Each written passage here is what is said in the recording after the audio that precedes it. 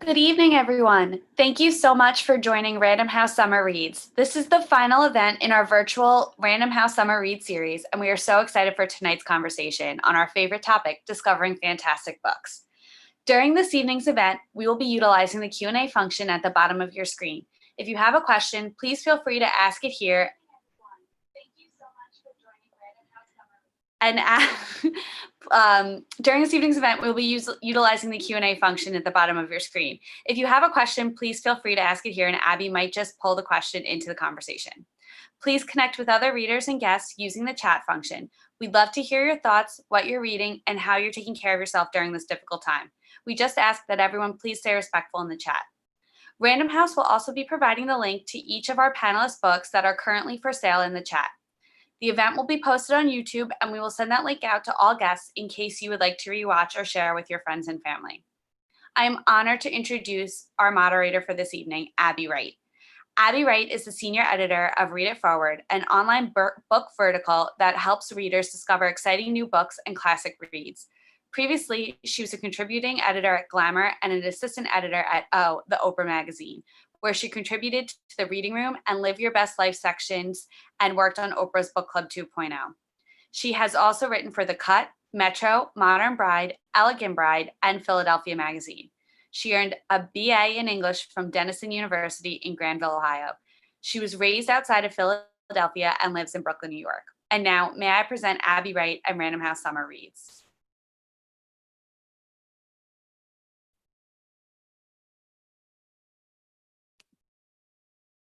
Hi, I'm Abby. It's so good to be with all of you tonight. Thank you so much for coming. And today was a beautiful day in New York, so I'm happy we're still calling it summer. So without further ado, I want to introduce you to the authors we have with us tonight. First up is Yi-Yun Lee. She is the author of 6 works of fiction: Must I Go, Where Reasons End, Kinder Than Solitude, 1,000 Years of Good Prayers, The Vagrants, and Gold Boy, Emerald Girl, and the memoir, Dear Friend, From My Life, I Write to You in Your Life. She is the recipient of many awards, including a PEN Hemingway Award, a PEN Gene Stein Book Award, a MacArthur Foundation Fellowship, and a Wyndham Campbell Prize, and was featured in the New Yorker's 20 Under 40 fiction issue. She teaches at Princeton University and lives in Princeton, New Jersey. Hi, Ian. Hi, Abby. Next up, we have Gabriella Burnham, who is a dual citizen of the United States and Brazil. Now a New York resident, she lived in Sao Paulo as a child, and most of her family still lives there today. She holds an MFA in creative writing from the Writers' Foundry at St. Joseph's College. She has worked as a reporter, a creative writing teacher, and in immigration law. Gabriella's writing has appeared in the Battersea Review, Nantucket Today, The Inquirer and Mirror, and The Attic. It Is Wood, It Is Stone is her first novel. Welcome, Gabriella. Thank you so much. Next up, we have Sinai Lemoine. Sinai was born in Paris to a Japanese mother and French father, and raised in France and Australia. She earned her undergraduate degree from the University of Pennsylvania and her MFA at Columbia University. She now lives in New York. The Margot Affair is her first novel. Welcome, Sinai. Hi, Abby. And finally, we have Regina Porter. Regina is a graduate of the Iowa Writers Workshop, where she was an Iowa Arts Fellow and recipient of a 2017-2018 Ray Armour West Postgraduate Scholarship. She is also a 2017 Tin House Summer Workshop Scholar. Her fiction has been published in the Harvard Review. An award-winning writer with a background in playwriting, Porter has worked with Playwrights Horizons, the Joseph Papp Theater, New York Stage and Film, the Women's Project, Woolly Mammoth Theater Company, and Horizon Theater Company. She has been anthologized in Plays from Woolly Mammoth by Broadway Play Services and Heinemann's Scenes for Women by Women. She has also been profiled in Southern Women Playwrights, New Essays in History and Criticism from the University of Alabama Press. Porter was born in Savannah, Georgia, and lives in Brooklyn. Welcome, Regina. Hello. Nice to be here. Thank you. Well, I would love to start with just a brief synopsis of your books. And I'd like to go in reverse order from the way I just introduced you. So Regina, would you kick us off with an elevator pitch? What's your novel, The Travelers, all about? Well, The Travelers is about two families. There's a patriarch, the man James Vincent. He is Irish American. And there's an African American matriarch. She is from Georgia, and her name is Agnes Miller. And it's about their two families, their lives, and how they intersect against the backdrop of history from the 1950s to Obama's first year as president. We track their love lives, the intersection of their children's lives. John, the man Vincent's son Rufus, marries Agnes Miller's daughter. They're both scholars and professors. And so that's it, yes. Thank you, Regina. Sinai, let's hear from you. Tell us about the Margot Affair. Yeah, the Margot Affair is set in Paris, and it's about 17-year-old Margot, who is the hidden daughter of an affair between a politician and an actress. And she yearns for her father's legal recognition. And the summer before her last year of high school, she makes the impulsive decision to tell a journalist about her family's identity. And the novel takes place in the aftermath of this reveal. Dun, dun, dun. Gabriella, let's hear from you. Tell us about It Is Wood, It Is Stone. So It Is Wood, It Is Stone is about a woman named Linda who is reckoning with what it is that she desires from her life. So in the opening of the book, she realizes that everything that she knows about herself has been eclipsed by her husband's ambitions. So she thinks she wants to leave him, but then he comes home one day and says, I have this great opportunity to go teach at the University of São Paulo for a year in Brazil. So she decides, instead of telling him how she's feeling, she'll go to Brazil and all will be resolved. But they go to Brazil and all is not resolved, so. Spoiler alert, right? So Ian, you have many novels, but I want to hear about your most recent one called Must I Go? Yeah, so Must I Go is about this 81-year-old woman who has raised many children, grandchildren, and one great-grandchild. And at this moment, she is also widowed 3 times. So she has gone through a lot. And when the novel opens, she's reading an ex-lover's diary in which she was a footnote. So the novel is really about the footnote getting hold of the book and retelling her own story, the footnote story. So she annotated her lover's diary in which she revealed this long buried secret of a child she had with this lover. So that's just a dialogue between an old woman and her dead lover. Well, I want to hear about the process of distilling your books down to those few sentences.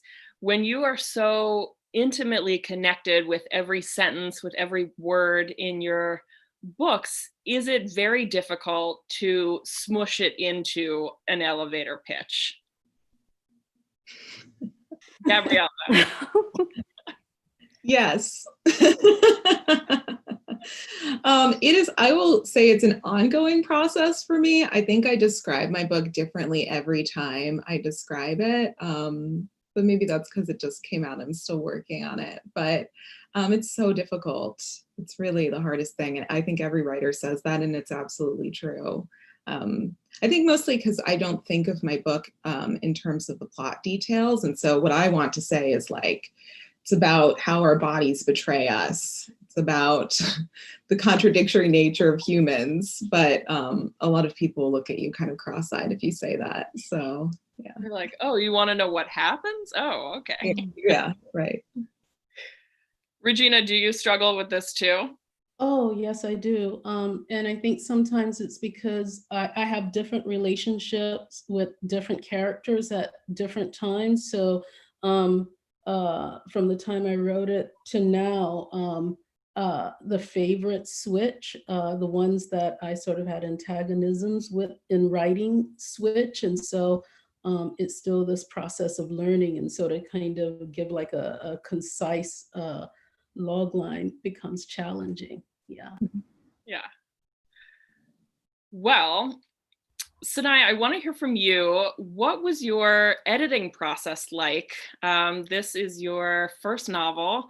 Was it extensive? Walk us a little bit through that.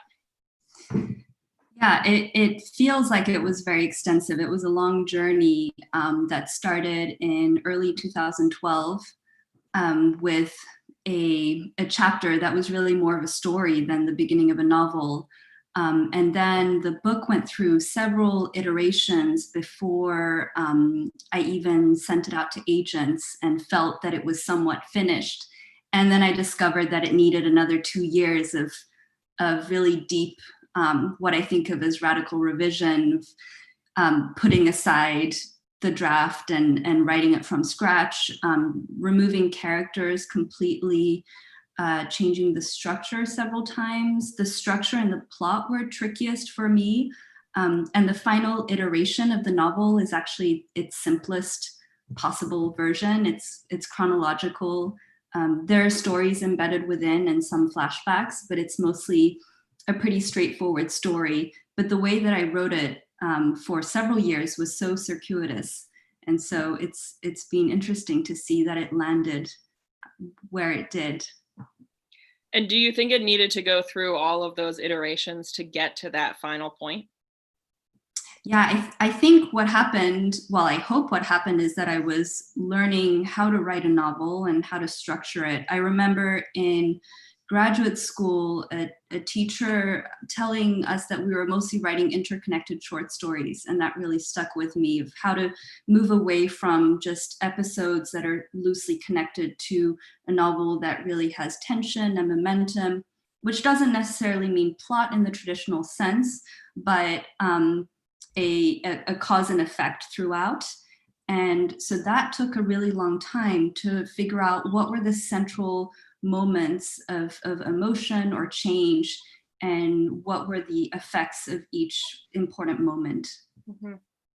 Yeah, and I want to hear from you too about your editing process, and also how you squeezed it into just being a professor at Princeton as well.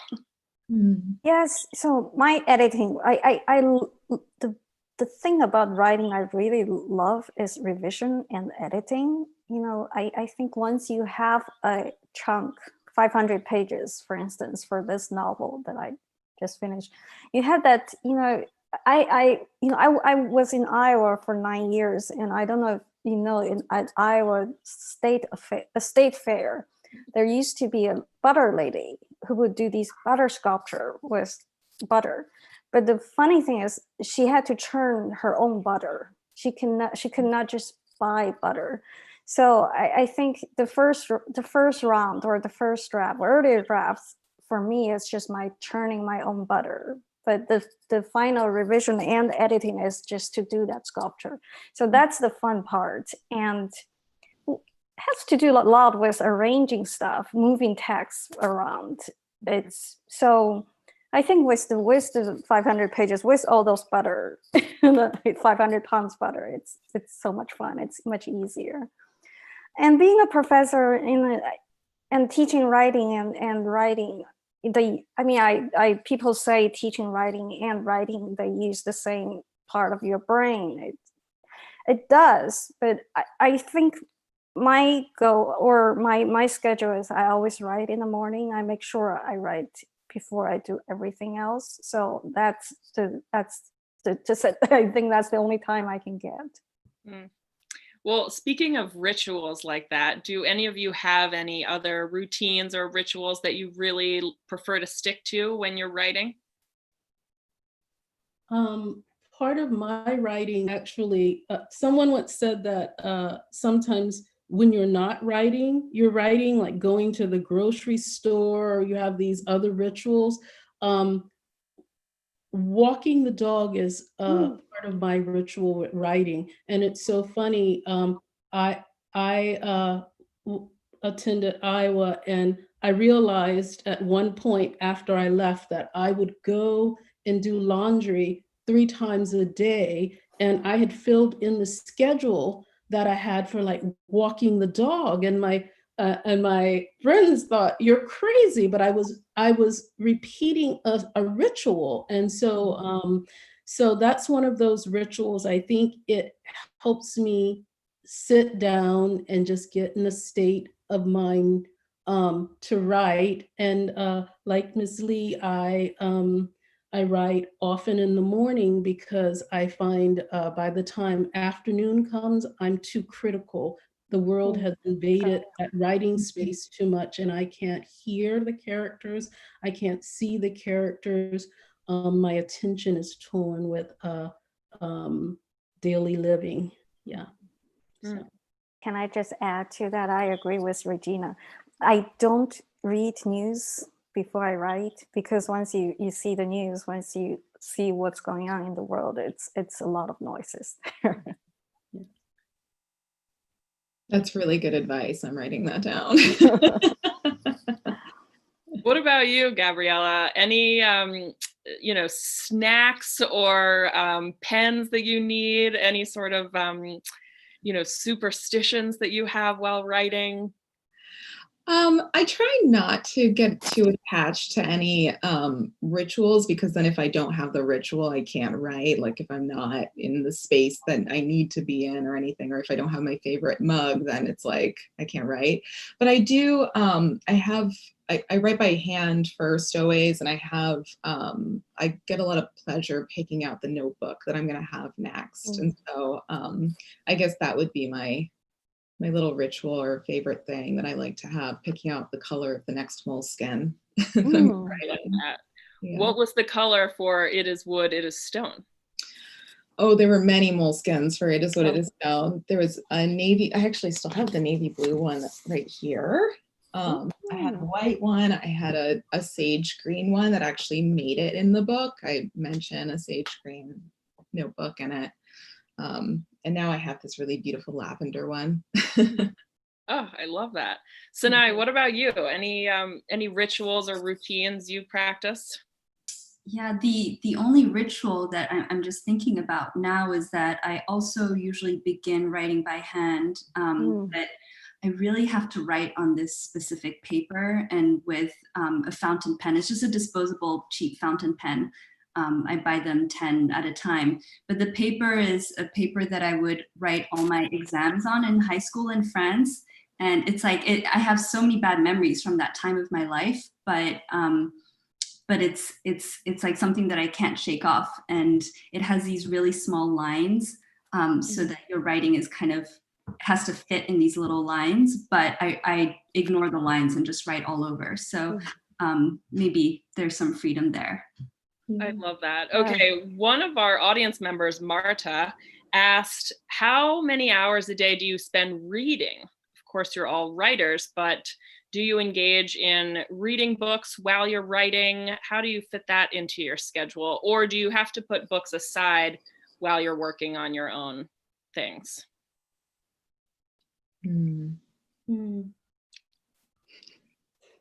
I'll go ahead because I'm such a nerd. Speaking of ritual, I have to, I usually have to have 6 or 7 books I read at the same time, and sometimes 8 books. And I would usually time the timer. I would spend half an hour per book. So if I read 8 books, it takes 4 hours. Not 4 straight hours here, but so that feels to me like a good day if I can go through 8 books. half an hour per book. I love that. Okay, next one. What about you? I think my reading has changed some. I did not used to read a lot of nonfiction or history, and I find when I'm writing fiction more, I mix it up, and I read fiction, I read nonfiction articles. I get obsessed with certain things like cleanliness, and and I'll start reading about the history of cleanliness, or yes. And I usually read in the afternoon for the same reason that I write in the morning. I need that separation, and I need the world not to come in quite too much, because the world is very visual for me. So the characters will start walking off the page toward me in a weird way. And so I need that kind of separation. Yeah.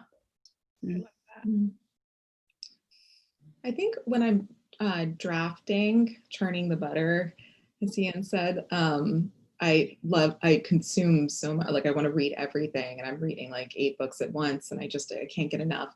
And then something happens to my brain when I'm editing, where I think while I'm reading other fiction, I start to edit while I'm reading their books. And it kind of like, not that it's bad, but the pleasure of just enjoying the book kind of is curbed a bit. So, but same as Regina, I love to read nonfiction too when I'm writing fiction, and kind of following different rabbit holes that might relate to something that you're writing or working on.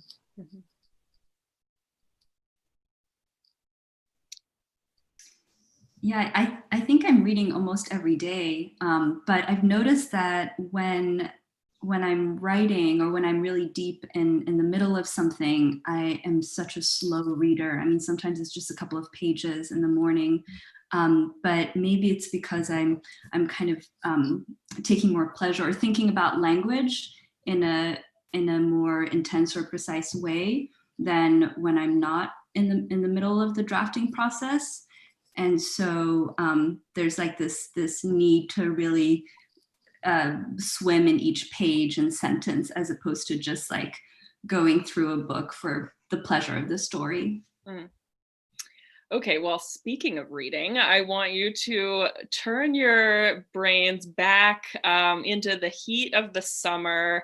What were some of the books that you loved reading this summer, or do you have any sort of classic summer reads that feel like the quintessential thing to pack in a beach bag that honestly would be great to read all year round?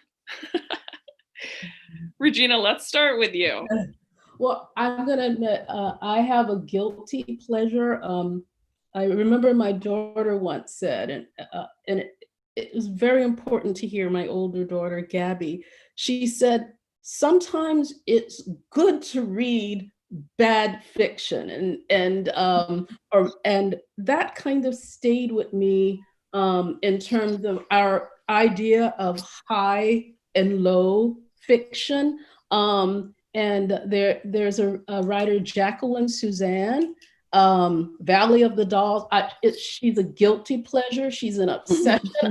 I'm amazed. I have this thing with like bad films too, I think, and I don't want to say that she was a bad writer, because she was important in a certain way. She was a fun writer, and so that's someone I associate with summer, because I would drop her work. I was not supposed to be reading them into a bag when my parents weren't listening, or weren't looking, or my poor father, we were in the grocery store, and I would slide it down the carousel, and so I have fond memories of that. But what I'm loving, and I'm reading very slowly, is Hilary Mantel's book that kind of has taken me through the summer, because I love knowing how Cromwell is going to die, but her still just bringing him to life, I think, against the backdrop of history. The whole trilogy has been fascinating to me. And yes, and also Brett Bennett's The Vanishing Half, because again, I love the old, some of the old films, like An Imitation of Life and A Portrait of Jenny, and this idea of twins and ourselves being reflected at us is kind of fascinating to me. So I'm really enjoying that. And I'm reading it slowly. It's like I don't want summer to end, you know. Yes. Well, I think we all feel you on that. Yeah. And what about you? What are some titles you enjoyed this summer or of summers past? Of summers past. I always read Moby Dick in the summer, and it turned out to be such a great book this summer because I have been indoors the whole time, and that's one book that takes you out to the world, to the ocean, and it feels very expensive, this time when I read it. And this past summer, I also read, I've read a few really great books, and one of them I just finished is True Grit, Charles Porter. Mm-hmm. The funny thing is I would never have thought about reading it. The book is actually such a fun book, and of course it was made into movies twice. And I have never seen either production, and just going in not knowing what the book is about, and it turned out to have this really great 14-year-old girl, Mattie Ross, was this really great voice, confident, irreverent, irrelevant. It was a great read. Oh, Sinai, what about you? Yeah, I just finished a book that I can't shake off called True Story by Kate Reed Petty. It came out in August, and I read it in a couple of days. I was just talking about reading slowly, but that one I couldn't. I tried to slow down my reading, but I was just so gripped from the first page. And it's a really clever book because the author draws from the horror genre. And which I love. I mean, I always watch horror movies like with one eye shut and one eye open, but with so much pleasure. And there were chapters that were truly frightening in the book, and it was just fun to experience that in the form of writing. And then I also really enjoyed Breasts and Eggs by Mieko Kawakami, which I read earlier this summer. And there's a lot of talk about sweating and skin and pores. And that felt so fitting. I was in DC and it was incredibly humid and hot. And so, I felt like the book was reflecting my life in a sense. I love that. Gabriella? So I've been reading a lot of naturalist writing this summer, both I think because I've been trying to get into nature, as a lot of us have, being in quarantine in the city. I'm in the middle of Vesper Flights right now by Helen MacDonald, and it is absolutely stunning. It's so great to read essays too. I think that's really good for summertime because you kind of can read one and then put it down and pick up a new story. But it's so great. I also read Rachel Carson, The Edge of the Sea, and The Sea Around Us too, which, wow, like she describes Earth and the creation of creatures in the most literary way. It's incredible. I read Parakeet, Marie-Hélène Bertino's book. That was so great. She's plays with sentences in the most beautiful way. So yeah, I read a lot of great books this summer. There's so many books that came out. I'm also reading Transcendent Kingdom right now, which is really great. Phenomenal. So yeah. I love that. Okay, so now I want to look ahead to the future and what is on your TBR pile or to be read pile. I want to know what books are on it and also how you keep track of the books you want to read. Is that something that you do like me, which is just a stack in the corner that's about to fall over? Or do you use a notebook? I want to hear. Sinai? Oh no, I would love to hear your advice from all the others, because I can't believe I haven't found a system to keep track of what I've read and what I'm going to read. It's mostly just piles of books around the apartment and just trying to remember. But so I don't read a lot of nonfiction, and right now I do have a stack of books on Argentina and its history that I'm planning to work my way through. And we'll see how that goes. I might just jump back to fiction halfway through.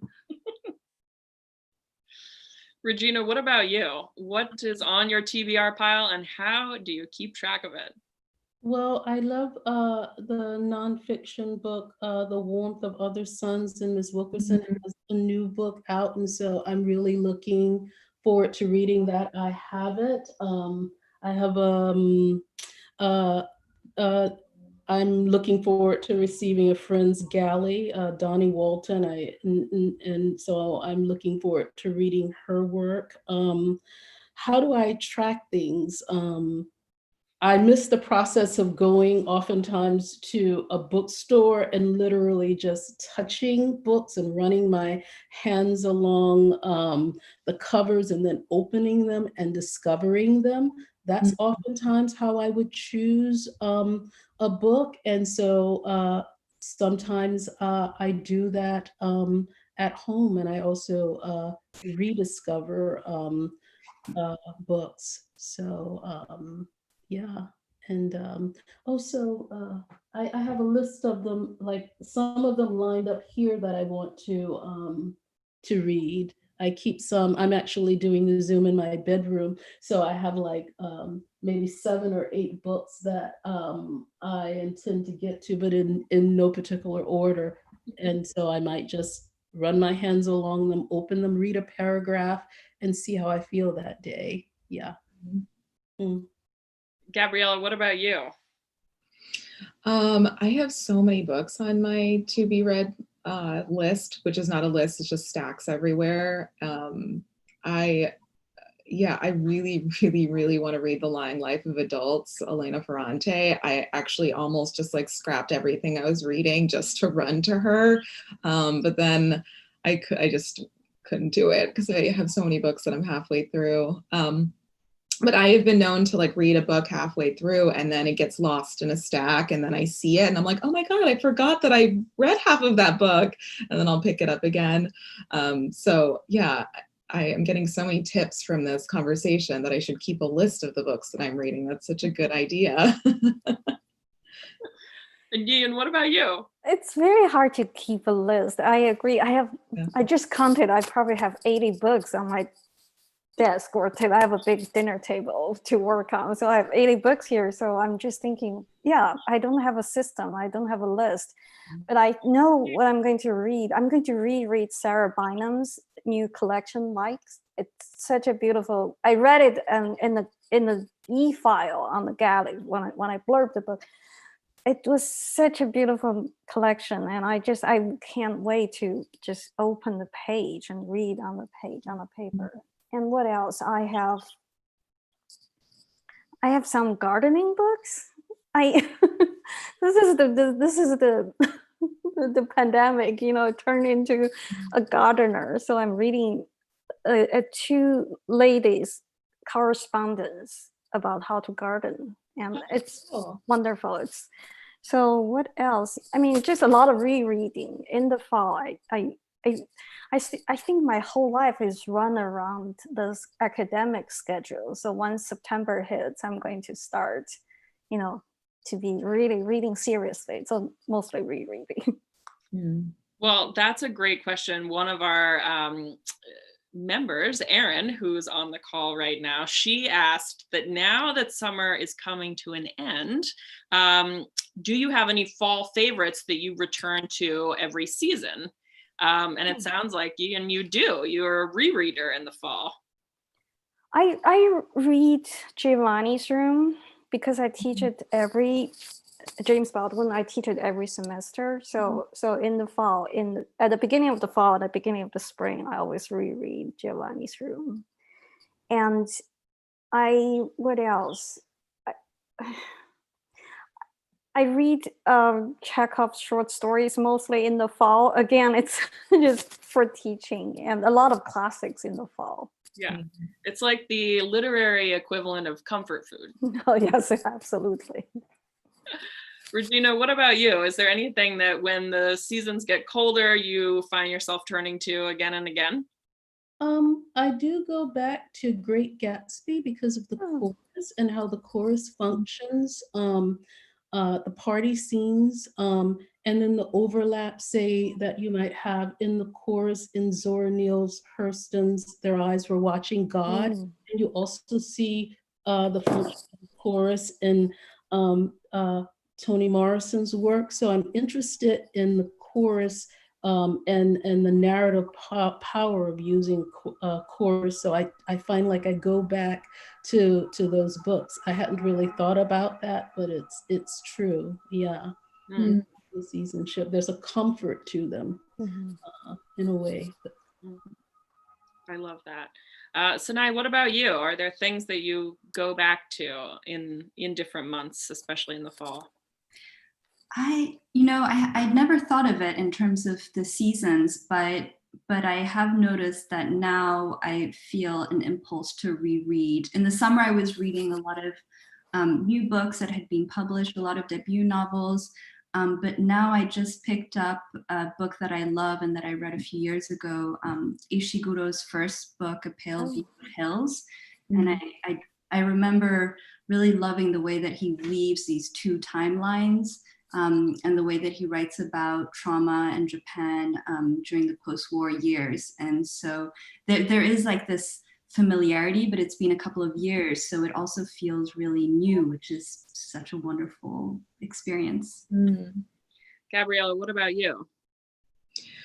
I really return to poetry more than I return to novels. I return to novels if I want to reference something because of something that I'm writing. I'm like, oh yeah, that book did it really well. Let me check it out. But for inspiration or comfort or just to fill my heart, I return to poetry.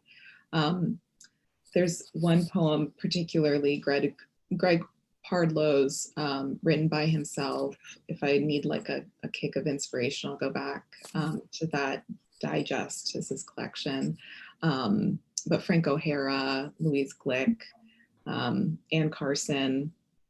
There's a book, Cain by Jean Toomer, that is like little vignettes, but also poetry. I'll go back to that just to feel revived by language. Well, so I want to continue looking ahead to the future and ask you if you can share, what are you working on next, or are there projects that are sort of taking shape for you as you think about the end of this year and the beginning of next? Ian, let's start with you. Yes, shall we be very superstitious about what we're working on? I am, almost towards the end of the first draft of a novel, and it's very hard to talk about what the novel is about, especially if you haven't finished it. Yes, I completely understand. I would say what's surprising to me is I wrote this draft during the pandemic. There was I think the pandemic, maybe, I'm sure a lot of writers would feel this way. It's just, I don't know if others feel this way. It changes how your mind works when you write. And there's a certain amount of pressure. And there's also a certain amount of, freedom, because, what do I do every day? I'm sitting here. So I think I cannot really talk about what the novel is about. I just feel like this is a new experience for me, writing a book without it seems like I'm writing a book without a map, if that makes sense. Yeah, well, actually, that's a great way to reshape the question, which is, how has it been creating art during the pandemic? Have you been able to write? Are you writing without a map, or does it Does it feel like you've been given the gift of time? Gabriella, what about you? Are you working on anything? Are you able to work? I am. And it's whether I'm able to work or not changes sometimes day by day, sometimes hour by hour. So I guess that's, there have been moments in quarantine where I'm like, this is amazing. I never want to leave my apartment again. Let me just write and, have a cup of coffee and come back in a robe all day. And then other times I'm like, I need someone to tell me what to do. But yeah, I'm working on a novel. And it's set on an island off the coast of Cape Cod that's very closely based off of the island where I grew up, Nantucket. And it has a lot to do with family and sisterhood, but also about climate. So, it's in some ways the quarantine and the incubation that is quarantine and having to sit and reflect on everything that's happening in the world is informing some of what I'm writing, which has been interesting, which I didn't expect. And that's something that quarantine has brought to my writing, in this moment in time has brought to my writing. Regina, what about you? What has the current time brought to your writing? Well, I think I had a kind of a trajectory for a book that I wanted to write, and I think the pandemic came along and sort of sent me in a completely new and different direction. And as far as where it's going, I think, and it's something I tried to tell students, that even if you have a sense of the plot, you don't often know where it's going. For me, it's writing is so character based, and so I basically just try to follow the characters. And right now it's still early going, so I have to see where the character leads me. But certainly the pandemic has influenced where I'm going right now, and I kind of fought it, but it kind of took over, and there you have it. So, Sinai, what about you? Yeah, I love what Regina said about following the characters, because that's also how I write. And I think during the pandemic, because my first novel came out in June, that period was difficult for me to write. And I felt like I was also separating myself from the first book. Still thinking about it a lot, but moving away from that world and starting to follow the characters of a new novel, which I had started working on last year and set aside and have picked up again. But it feels so different from my first book in scope, and it's a lot more sprawling. It takes place over 15 years in Japan and Argentina, and whereas the Margot Affair takes place over 1 year in one place with a very young narrator. So it's exciting to be in the different space and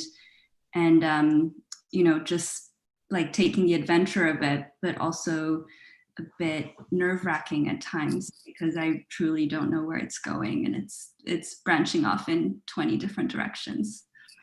But the writer in you wants to travel, so now I want to turn it over to some excellent questions from our audience. So these are for all of you. Jump in if you feel compelled, but no, not everyone needs to answer. But Sonia asked, what are some writers and other creatives that have informed your writing craft?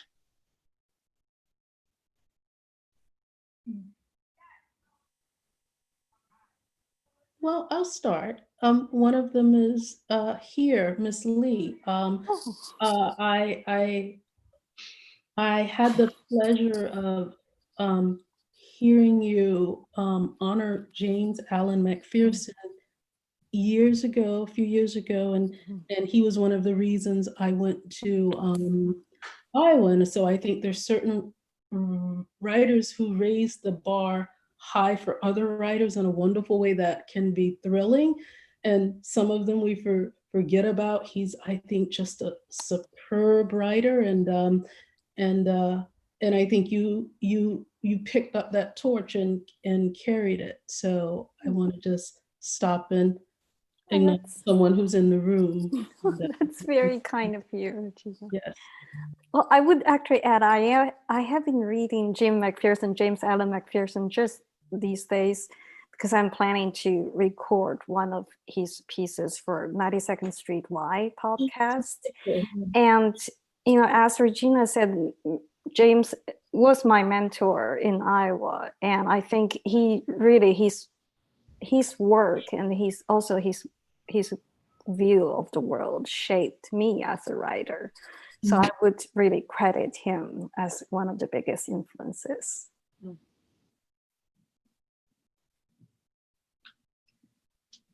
This is such a difficult question because my mind starts shooting to so many different writers. But Clarissa Spector is definitely a writer that when I first read her, I felt like I had been like broken open in a way that I never had been before, that I, in some ways, was like, she has done everything that I want to do. So maybe I should just stop. But then also was like, I have to continue, you know, I have to be inspired by her to continue, even if just a small part of what she left. So yeah, she's one definitely that I point to. But also I think Gabriel Garcia Marquez was a really early influence of mine. And poets too, all the poets that I named. I feel like I can't, my mind is also going in all different directions, and it's hard to even just pick a few.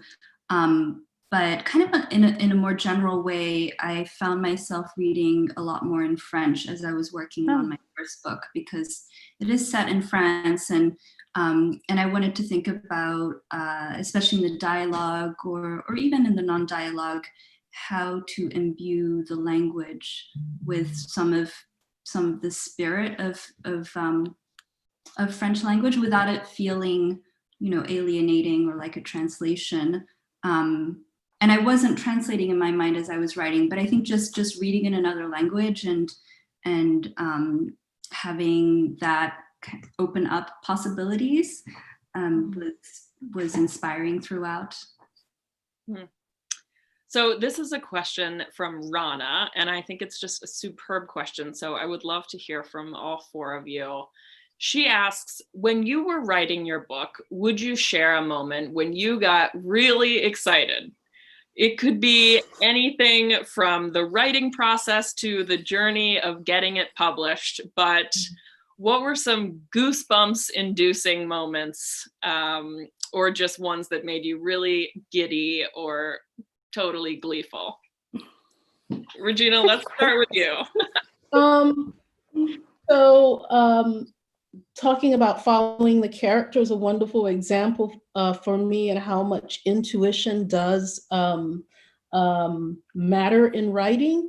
I had spent the day writing the morning writing this one scene, and I decided to have this character, Barbara, come from Milwaukee. And I thought, why Milwaukee? I don't know anything about Milwaukee. Well, I'm just going to leave it for now. I'm going to leave it. And my dear friend Deshaun Winslow and I were going to a thrift shop, and I can be very thrifty. And I said, I'm going to get 4 glasses, and they're going to be $4, and that's it. And so we go to this thrift shop in Iowa, and I'm standing in the aisle, and I see 4 bear glasses, and they say Milwaukee. And I say, would you come here, please?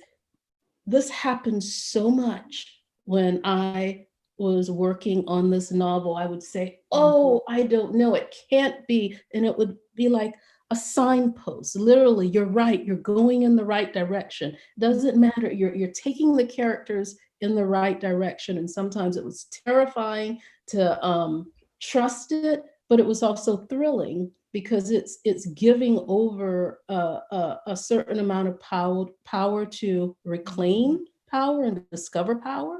in a way, the power of the characters. They have their lives that are sometimes different from where we want to take them. So, yeah. I love that. Sinai, what about you? If I had to choose one, it was actually more in terms of process. I had just received my hardcover copies a few weeks before the book was going to be published, and I shared one with my mom for the first time. She hadn't read the novel, and I'd wanted to wait until it was really finished product because I thought she would start copy editing otherwise, but also because I was nervous of what she would think. And there's a mother-daughter relationship at the center of the book that's a difficult one. And she read it over 2 weeks and finished the day before the book was published. And when I spoke to her about it, she told me that she had loved it. And it's very unlike her to say that she likes anything, or I mean, she's usually not as direct. And so just hearing her say that a day before the book was going to be officially published was not just a relief, like it really felt like a balm. And, you know, I could just move forward with some confidence. Things would be all right. Breathe easy. Yeah. Ian, what about you? Yes. So I have a good friend sometimes. I mean, she actually reads every single word I write. But while I am working on, especially on a novel, in general, I feel cagey. I would not tell her, you know, what I'm working on or what. But there's always a moment that I notice. Sometimes it's like 1/3 into the novel or a halfway into the novel. All of a sudden, I just cannot stop sharing a sentence I've written that day or a paragraph. So I start to send her, you know, every time I get so excited, I send her just what I write. Mostly I just want her to praise me. and I always subject lines, placeholder. So which means really these things are a placeholder for the book, but I want her to have those moments and like almost like in vivo. At that moment, the novel starts to come alive for me. So I start to send things to her. That's always fun. And I also notice every time it happens, somewhere in the middle of the novel. I love that. That's your own marker to yourself. And you begin to leave the trail of breadcrumbs. Exactly. Gabriella, what about you? Well, there's so many exciting moments because this was my first book. So just like getting an agent, the book deal, all that was like, oh my God, it was so surprising and exciting. But I think on a more personal level, I get small excitements from sentences where something just happens and I've let go and described, you know, a moment in a really surprising way. I surprise myself. Then I'm like, yes. And that feels really good. So yeah, that's probably when I get most excited. I love that. Well, it's hard to believe that we are staring down a holiday season here, but if there are just a few books that you love to give as gifts, you know, 1 or 2 sentences about, you know, do you have a book that you love to give as a gift? I would love to hear that because I'm already beginning to think about the holiday season, which seems crazy. But Sinai, do you have books that you regularly give as gifts? And if so, what are they? I usually give cookbooks because that's my other passion. But I have to say, and this is maybe not a very exciting answer, but I've been giving Gabriella's book as a gift this summer to so many people, including my mother. And so I think I'm just going to continue doing that until the. I'm not going to ask you if she liked it or not. But we will know what she thinks because right. Exactly. Gabriella, what about you? Are there books that you love to give to people as gifts? Book giving is a very personal thing. So I don't have like a book that I give to everyone. I really have to think about the person. Like if it's my sister, it's going to be nonfiction. I'm not going to give her fiction. If it's my partner, I'll probably give him, he likes poetry, or if I really loved a fiction book, I might give it to him. But yeah, it's such a personal thing. So I don't have a blanket answer, unfortunately. No, that's good. It's good to remember that it is a personal thing. Regina, on that, is there a book that you have given as a gift that you felt was really well received, or a book that you love to wrap up for people?